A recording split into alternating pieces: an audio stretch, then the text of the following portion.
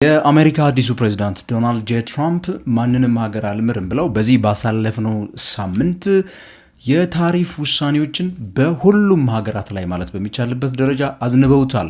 ከዚህ ውስጥ ሀገራችን ኢትዮጵያም 10% ታሪፍ እያንዳንዱ ወደ አሜሪካ ኤክስፖርት በምታደርጋቸው ነገሮች ላይ ደርሷታል። ለመሆኑ ይሄ ታሪፍ ለኢትዮጵያ ምንድነው? መልካም ጎን አለው ወይስ ክፉ ጎን አለው? ምን ያህል ይጎዳናል? ጉዳቱ ነው ጥቅሙ ያመዝናል?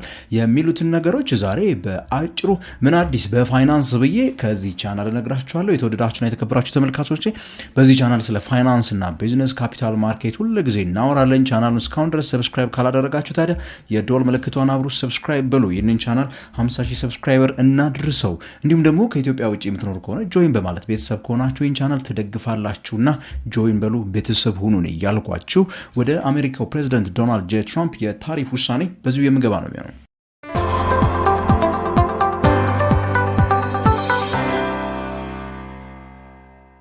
የአሜሪካው ዋነኛ ሰው ቁጥር አንዱ ሰው የዶናልድ ጄ ትራምፕ የኢኮኖሚ ፖሊሲ በዋናነት እንግዲህ የአሜሪካን የማኒፋክቸሪንግ ዘመን እመልሰዋለሁ፣ ካምፓኒዎች ድርጅቶች ከአሜሪካ ውጭ አምርተው ወደ አሜሪካ ከሚልኩ ይልቅ እዚህ መጥተው እንዲያመርቱ አደርጋለሁ።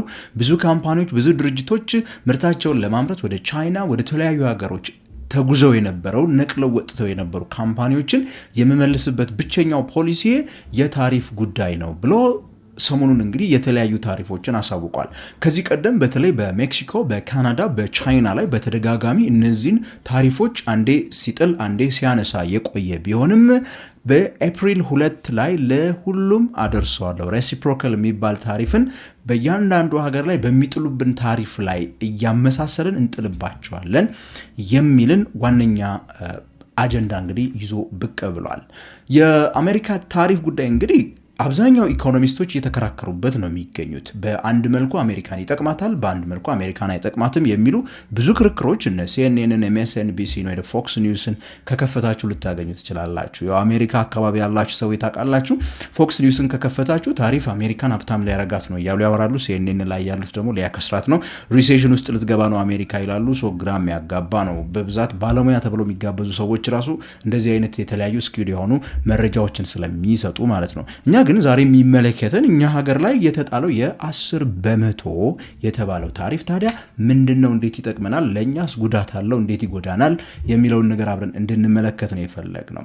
ኢትዮጵያ ከዚህ ቀደም እንደምናውቀው አገዋ በሚባል ከዚህ ቀደም በተጀመረ በጆርጅ ቡሽ ይመስለኛል በጆርጅ ደብሊው ቡሽ ማለት ነው በትንሹ የተጀመረ የነፃ ንግድ ፍሬምወርክ አለ። ኢትዮጵያ ብዙ ምርቶችን ከዚህ ኢትዮጵያ ወደ አሜሪካ ገበያ ያለምንም ኮታ፣ ያለምንም ክልከላ፣ ያለምንም ታሪፍ እንድታስገባ የፈቀደላት። በዚህም እንደምናስታውሰው ኢትዮጵያ ውስጥ የሚገኙ ብዙ ኢንዱስትሪ ፓርኮች የተነቃቁበትና ብዙዎቹ ኢንዱስትሪ ፓርኮች የውጭ ሀገር ፋብሪካዎችን ያገኙበት ምክንያት ነበረ። በዚህም በተለይም የጨርቃጨርቅ፣ አልባሳት፣ ጫማን የመሳሰሉ ምርቶች ከእንደነ ሐዋሳ ኢንዱስትሪያል ፓርክ እና አዳማ ኢንዱስትሪያል ፓርክ እየተመረተ አሜሪካ ገበያ መግባት ጀምሮ ነበረ እና ሐዋሳ ኢንዱስትሪያል ፓርክ ውስጥ በጣም ታዋቂዎቹን ብራንዶች እነ ካልቪን ክሌንን ኢቭን የመሳሰሉ ምርቶች ተመርተው ወደ አሜሪካ መላክ ጀምረው እንደነበረ ሜቢ በተደጋጋሚ በዜናዎች ላይ ሰምተን ሊሆን ይችላል። በአገዋ ምክንያት ያለምንም ዜሮ ታሪፍ፣ ያለምንም ክልከላ፣ ያለምንም ኮታ ሲገባ በነበረበት ጊዜ ማለት ነው ያኔ። ያ ግን ከሰሜኑ ጦርነት ጋር ተያይዞ የአሜሪካ መንግስት ይህንን ፍቃድ ሙሉ በሙሉ ከልክሎን ነበረ። ከዚህ የተነሳ እነዚህ ወደዛ ሲላኩ የነበሩ ምርቶች ላይ እንግዲህ ምን ተቀመጠ? ታሪፍ ተቀመጠ። ላስታውሳችሁ አብዛኛዎቹ በሐዋሳ ኢንዱስትሪ ፓርክ ውስጥም ሆነ በአዳማ ኢንዱስትሪያል ፓርክ ወይ ሌሎች ፓርኮች ውስጥ ገብተው በተለይ ጨርቃጨርቅና አልባሳትን እያመረቱ ወደ አሜሪካ ገበያ ሲልኩ የነበሩ ካምፓኒዎች ኢትዮጵያ የመጡበት ዋነኛው ምክንያት ሰራተኛ ርካሽ ስለሆነ ብቻ ምናምን ብቻ ሳይሆን ወደ አሜሪካ ገበያ ለመላክ ታሪፍ ስላልነበረው ከቻይና አምርተው ከቻይና ከሚልኩ እዚህ መጥተው እዚህ አምርተው ከዚህ ቢልኩ ሲያዋጣቸው ስለነበረ ነው በዋናነት የመጡበት ምክንያት። ለዛም ነው ልክ ከጦርነቱ በኋላ አገዋ ሲከለከል እነዚህ ካምፓኒዎች የኢትዮጵያን ማርኬት ለቀው የወጡት እነዚህ ኢንዱስትሪ ፓርኮች ለቀው የወጡት ውስጥ ለምሳሌ ከሐዋሳ ኢንዱስትሪያል ፓርክ ውስጥ PVH የሚባለው በጣም ትልቁ እነዛ ቀደም የነገርኳችሁ እነ ካልቪን ክሌንን ሲያመርት የነበረው ካምፓኒ ለቆ መሄድ ተገዷል። ምክንያቱም ዋነኛ ሌቨሬጁ የነበረው ገንዘብ ለማትረፍ ትልቁ እንትኑ ታሪፍ ስለማይከፈልበት ከኢትዮጵያ የሚላከው ጨርቃ ጨርቅ ላይ ወይ ደግሞ ጫማዎች ላይ ወደዛ ለመላክ የመጣው ለዚህ ነበረ።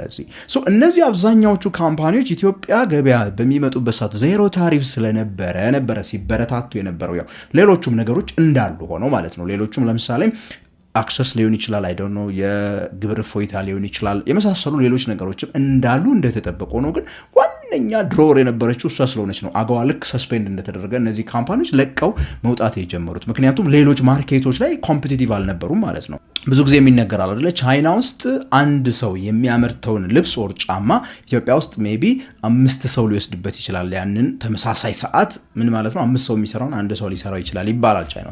የኮምፒቲቲቭነስ እንደነ አገዋ ያለው አይነት ነገር ከሌለ አልነበረም ማለት ነው። በዜሮ ታሪፍ የነበረው ወደ 13% አካባቢ ነው ታሪፉ ተደርጎ የነበረው ነው።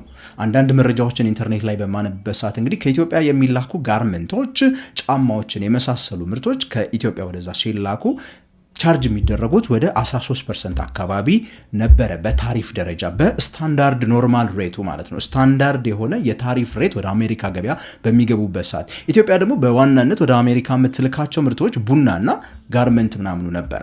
ከዛ ያለፉ ትንንሽ አሉ እንጀራ፣ ቅመማ ቅመሞች፣ ነበርበሬ ምናምን ልክ እዛ ላለው ዲያስፖራ ኮሚዩኒቲ ለኢትዮጵያውያን ለአበሻውያኑ የሚላከው ማለት ነው። ከዛ ውጪ ግን በዋናነት ዋና የኤክስፖርት ኮሞዲቲ ልንለው የምንችለው ቡናና እንዳልኳችሁ እንግዲህ ጋርመንቶቹ ናቸው። ቡና ላይ የአሜሪካ መንግስት የሚጥለው ታሪፍ የነበረው በጣም ትንሽ ነው። ከ0 እስከ 5% ነው የሚያሳየው ያገኟቸው ኢንተርኔት ላይ ያሉ ዴታዎች ማለት ነው። እዚህ ጋር ነው እንግዲህ ጉዳትና ጥቅሙን ስናወራ በጣም ከፍተኛ ጥንቃቄ የሚያስፈልገው ማለት ነው። ለኢትዮጵያ ከጋርመንት አንጻር ካያችሁት ጥቅሙ ነው የሚያመዝነው። ምክንያቱም እስከ 13% ስታንዳርድ ሬት ስትከፍል የነበረችው ኢትዮጵያ አሁን ወደ 10% ዝቅ ተደርጎላታል ልንል እንችላለን። ቡናን ስትወስዱት ግን ከ0 እስከ 5% ሲከፈልበት የነበረው የኢትዮጵያ ቡና ወደ 10% ግን እድገት አሳይቷል ማለት ነው። ሌሎቹ እንጀራና ሌሎች የመሳሰሉ በጣም ጥቃቅኖቹ ላይ ብዙ መረጃዎች ባይኖሩኝም ማለት ነው። ነገር ግን ኢትዮጵያ ከአሜሪካ ጋር በምትገበያይበት ጊዜ እስከ 400 ሚሊዮን እስከ 300 ሚሊዮን ዶላር ያክል በአመት ኤክስፖርት ታደርጋለች። ከዚህ ውስጥ ዋነኛውን ቡና ይወስዳል። ከዛ ጋርመንቱ ነው የሚቀጥለው። ኢትዮጵያ እንግዲህ ከ10% ታሪፍ ተጎጂም ተጠቃሚም ናት። ዛሬ ልነግራችሁ የፈለኩት በመጀመሪያ መልኩ የአሜሪካ መንግስት የኢትዮጵያው ታሪፍ ላይ በጣም ጠንከር ብሎ ያልመጣበት ምክንያት ምንድን ነው ብላችሁ ልጠይቁኝ ከፈለጋችሁ አሜሪካ ወደ ኢትዮጵያ ከ1.7 ቢሊዮን ድረስ ከ1.2 ቢሊዮን እስከ 7 ቢሊዮን ድረስ ልትልክ ትችላለች።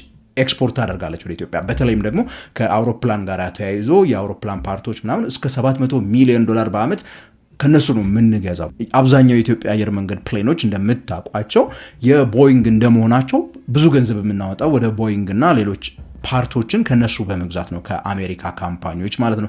ከዚህ አንጻር ከኢትዮጵያ ጋር ምንም ያን ያህል ይሄ ባላንሱን ያልጠበቀ ንግድ የለንም ማለት ነው ኢትዮጵያና አሜሪካ መካከል። ስለዚህ ያን ያህል አሁን በወጣው የታሪፍ ካልኩሌሽን ኢትዮጵያን የምትጫንበት ምክንያት አልተገኘም። ይሄ ማለት እንግዲህ ኢትዮጵያ ኤክስፖርት በምታደርግበት ሰዓት ቀድሞ በአጋዋ አታ የነበረውን ጥቅም መልሳ ልታገኝ የምትችልበት እድሉ አለ፣ ጭላንጭሉ አለ። ከጥቅሙ አንጻር ስንመለከተው እንዴት መሰላችሁ? ሁሉም የአጋዋ አባል ሀገራት የአጋዋ ተጠቃሚ የነበሩ ሀገራት በሙሉ አሁን 10% ሬት ግዴታ ተጥሎባቸዋል። ጎረቤታችን ኬንያን ጨምሮ ማለት ነው። ሁሉም የአፍሪካ ሀገራት ውስጥ አገዋ ያው እርግጥ በሚቀጥለው ሴፕቴምበር ድርድር ይደረግበታል። ምክንያቱም ማብቂያው ሴፕቴምበር ስለሆነ እስከዛ ይደረግበታል ተብሎ ነበረ። ምንም አይነት ፍንጭ የለውም። ይሄ ህግ እንግዲህ የሚሰርዘው ከሆነ ሁሉም አገዋ ተጠቃሚ የነበሩ ሀገራት 10% ታሪፍ ተጥሎባቸዋል።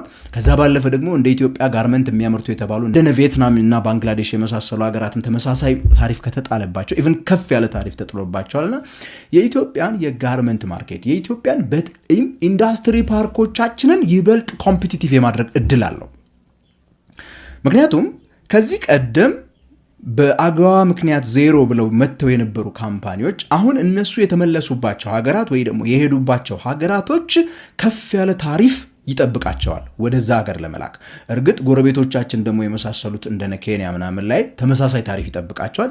ነገር ግን ለላይት ኢንዱስትሪ ስለሚባሉት ኢንዱስትሪ ፓርኮቻችን ያሉበት ሁኔታ አሁን የስፔሻል ኢኮኖሚክ ዞን የሚባል ነገር ደግሞ አስምጠተናል አይደል? የድሬዳዋ ስፔሻል ኢኮኖሚክ ዞን እና ሌሎቹንም ኢንዱስትሪ ፓርኮቻችን ወደ ስፔሻል ኢንዱስትሪ ዞንነት ቀይረናቸዋል። እነዚህ ስፔሻል ኢኮኖሚክ ዞኖች ደግሞ ያላቸው በጣም ከፍ ያሉ ፕሪቪሌጆች ስላሉ መንግስት በጣም የሚፈጥን ከሆነ ፖሊሲ ሜክ የሚያደርጉትና እነዚህን ኢንዱስትሪ ፓርኮች የሚያስተዳድሩ ሰዎች ሎጂስቲክ ላይ በተለይ መስራት ከቻሉ ከፈጠኑ እነዛን ሄደው የነበሩ ካምፓኒዎችን የመሳብ አቅም አላቸው። ምክንያቱም አጋዋ ቻይና ላይ ከፍተኛ 50% የሚደርስ ምን ጥሯል ታሪፍ ጥሯል። ስለዚህ የቻይና ካምፓኒዎች ከቻይና ምርት አምርተው ከሚልኩ ይልቅ ምን ማድረግ ነው ማለት ነው የሚሻላቸው ወደ ኢትዮጵያ መጥተው ሮ ማቴሪያሉን ወደ ኢትዮጵያ ልከው እዚህ አስመርተው ኤክስፖርት ቢያደርጉት በ10% ታሪፍ አሜሪካ ገበያ መግባት ይችላሉ፣ ይበልጥ አትራፊ መሆን ይችላሉ ማለት ነው። ስለዚህ ታርጌት አድርገን የቻይና አምራቾችን ወደ ኢትዮጵያ ለማምጣት መሞከር አንዱ ትልቁ ስራችን መሆን አለበት ማለት ነው።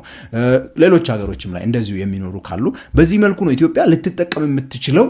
የ10% ታሪፍ በዚህ መልኩ ነው ሊጠቅማት የሚችለው። የ10% ታሪፍ ጉዳት እንግዲህ ሊሆን የሚችለው ሌሎች ምርቶች ላይ ቅድም ያልኳችሁ ለምሳሌ እንደ ቡና ያለው በጣም ትንሽዬ ታሪፍ ሲከፈልበት የነበረው ከ0.5% እስከ 5% ነው እንግዲህ ያየዋቸው ዳታዎች የሚያሳዩት። እነሱ ጉዳት ላይ ሊጥሉን ይችላሉ። ምክንያቱም እርግጥ በአንድ መልኩ ጉዳት ላይ ሊጥሉንም ላይጥሉንም ይችላሉ። ምክንያቱም አምራች የተባሉ ሀገራቶች ሁሉም ላይ ተጥሏል። አሜሪካ ደግሞ ቡና አምራች አይደለችም። ቡናውን ግዴታ ደግሞ መግዛት አለባቸው። ምንም ማድረግ አይችሉም። የሚከፍሉት የአሜሪካ ሸማቾች ስለሆኑ at the end of the day ሌሎቹ ምርቶች ላይ ምርቶቹ አሜሪካ እንዲመረቱ ለማበረታታት ነው እንግዲህ ዶናልድ ትራምፕ ምን እያደረጉ ያሉት ታሪፍ እየጣሉ ያሉት። በቡና ኬስ ስትወስዱት ግን ቡና አሜሪካ አይመረትም። አይ ቲንክ ሀዋይ ላይ ይመስለኛል። ሀዋይ የሚባለው ግዛት ላይ በትንሽ መልኩ ይመረታል። እሱም የኮሜርሻል በምትሉት ሌቭል ነው ለማለት ይከብዳል። ስለዚህ ኢትዮጵያ ሞሮርለስ ከጉዳቱ ይልቅ ተጠቃሚነቱ ላይ ነው ይበልጥ እንትን የምትለው ብዬ ነው ማስበው። ከዛ ይልቅ ግን ከቡናው ይልቅ ሌሎች ኮሜርሻል አሁን 50-60 እስከ $100 ሚሊዮን ድረስ ሊወስድ የሚችል በጣም ትንንሽ ምርቶች ወደዛ ሀገር የሚሄዱ አሉ። እንጀራ፣ በርበሬ፣ ቅመማ ቅመሞች የኢትዮጵያ የምንላቸው አሉ አይደለ? ከምግብ ጋር የተያያዙ ለኢትዮጵያው ማህበረሰብ የሚሄዱ ምርቶች ላይ ግን የሚመጣው ታሪፍ እዛ ሀገር ያሉ ሰዎች ያንን ተጨማሪ ታሪፍ 10% ለመክፈል ፈቃደኛ ካለመሆናቸው የተነሳ ኢትዮጵያ ውስጥ ያሉ እንደዚህ አይነት ኤክስፖርተሮች ገበያቸው ሊቀዛቀዝ የሚችልበት እድሉ ግን ሰፊ ነው። የእንጀራ ኤክስፖርት እና የቅመማ ቅመም ኤክስፖርት ላይ የበርበሬ ኤክስፖርት የሚያደርጉ ሰዎች ኤክስፖርታቸው ሊቀንስ የሚችልበት እድሉ ሰፊ ነው። ጉዳቱም ከዚህ አንጻር ነው ልንመለከተው የምንችለው። ቡና ላይ ያን ያህል ላይሆን ይችላል። በጋርመንት ላይ ደግሞ ይበልጥ ጥቅሙ ነው ሊኖር የሚችለው። ታዲያ ግን ይህንን ሁሉ ልናደርግ የምንችለው በተለይ በጋርመንቱ ዘርፍ ያለውን ጥቅሙን ልናገኝ የምንችለው ቅድም እንዳልኳችሁ ሄደው የነበሩ በአገዋ ምክንያት ሄደው የነበሩ ካምፓኒዎችን ለቨሬጅ አድርገን ቶሎ መመለስ የምንችል ከሆነ፣ ሎጂስቲክስ ያሉትን ቦትልኔኮች ቶሎ ብለን መፍታት የምንችል ከሆነ፣ እቃዎች ከዚህ ጅቡቲ የሚደርሱበትን ፍጥነት እና ከዛ ወጥተው ወደ አሜሪካ የሚላኩበትን ፍጥነት ቶሎ የምንጨርስ ከሆነ፣ ከዛ ባለፈ ደግሞ በእያንዳንዱ የአስተዳደር እርከን ያሉ ችግሮችን መፍታት የምንችል ከሆነ ነው። እርግጥ ስፔሻል ኢኮኖሚክ ዞኖች ውስጥ የሚገቡ እነዚህ ድርጅቶች ከሎካል መንግስታት ጋር ሆነ ከየትኞቹም ጋር ያን ያህል ግንኙነት ስለማይኖራቸው ያንን ሊጠቀሙ ይችላሉ። ግን ስቲል አንዱ ሌላው ትልቅ ችግር የሴኪዩሪቲ ጉዳይ ነው። ሴኪዩሪቲ እስከሌለ ድረስ ደግሞ እንዲሁ በእነዚህ አካባቢዎች ላይ ተንቀሳቅሶ መስራትም ከባድ ስለሚሆን እነዚህ ስፔሻል ኢኮኖሚክ ዞኖች ያሉባቸውን ቦታ መቼስ እናውቃለን። አንዳንዶቹ መቀሌ፣ ባህር ዳር፣ ኮምቦልቻ ያሉበት ቦታ እንደምታውቁት ሴኪዩሪቲ ችግሮች አሉባቸው። እነዚህን ወደ ስራ ለማስገባት ትልቅ ኢንቨስትመንት ወጥቶባቸዋል፣ ትልቅ ገንዘብ ወጥቶባቸዋል። ግን ወደ ስራ እንዲገቡ ለማስቻል ምንፈልግ ከሆነ እነሱን ሴኪዩሪቲ እዛ አካባቢ ማስተካከልም ሌላው ነገር ነው ማለት ነው። የተወደዳችሁና የተከበራችሁ ተመልካቾች የትራምፕን የታሪፍ ጉዳይ እንዴት ተመለከታችሁ? እስቲ አስተያየትና ጥያቄዎቻችሁን ኮሜንት ሴክሽን ላይ ጻፉልኝ። ታዲያ እንደዚህ አይነት ቪዲዮ እንዲደርሳችሁ የምትፈልጉ ከሆነ እናንተ ደግሞ ይህንን ቻናል ሰብስክራይብ አድርጉ። ሚሽን 50K ብለን ይኸው ተነስተናል። 50,000 ሰብስክራይበር እንድናደርሰው ለጓደኞቻችሁ ሼር እያደረጋችሁ ይህንን ቻናል ሰብስክራይብ አድርጉ፣ ይጠቅማችኋል ብላችሁ ንገሩልን። እንዲሁም ደግሞ ከኢትዮጵያ ውጭ ካላችሁ ጆይን እያላችሁ ደግሞ ቤተሰብ እንድትሆኑን እና እንድታሳድጉት ቻናሉን እየጋበዝኳችሁ እስከ ቀጣይ ሳምንት ከንቃት ፖስት የምሰናበታችሁ ታዲያ እኔ ገሜ ብርሃኑ ነኝ።